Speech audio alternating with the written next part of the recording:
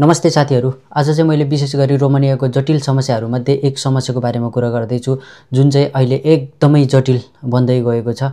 यो भिडियो चाहिँ विशेष गरी रोमानियामा भर्खरै आउनु भएको छ र 1 वर्षभन्दा कम समय चाहिँ तपाईँ कम्पनीमा कार्यरत हुनुहुन्छ अनि तपाईले चाहिँ कम्पनी परिवर्तन गर्ने सोच गर्दै हुनुहुन्छ भने चाहिँ तपाईको यो सोच चाहिँ अहिले नै हटाइदिनुस्, किनकि यो कुराले तपाईको यो कदमले तपाईलाई इलिगल हुन र यो रोमानिया नै छोड्नुपर्ने अवस्था सिर्जना गराउँछ।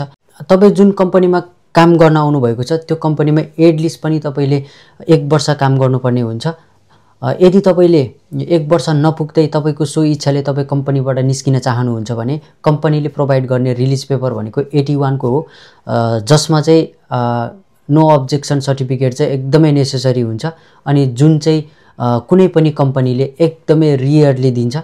एनओसी लेटर बिना चाहिँ तपाईलाई कुनै पनि कम्पनीले हायर गर्नै मिल्दैन। यदि तपाई 1 इयर कम्प्लिट भएको छैन रोमानियामा इन्ट्री गर्नु भएको भने तपाईहरुले 1 वर्ष कम्प्लिट नहुँदै तपाईले कम्पनी चेन्ज गर्ने एउटा आँट गर्नु भएको छ भने चाहिँ तपाईहरुले चाहिँ यो कामलाई चाहिँ यो विचारलाई चाहिँ तपाईले अहिले नै दिमागबाट हटाइदिनुस्। यो भिडियो चाहिँ मैले बनाउनै पर्ने भएर बनाएको।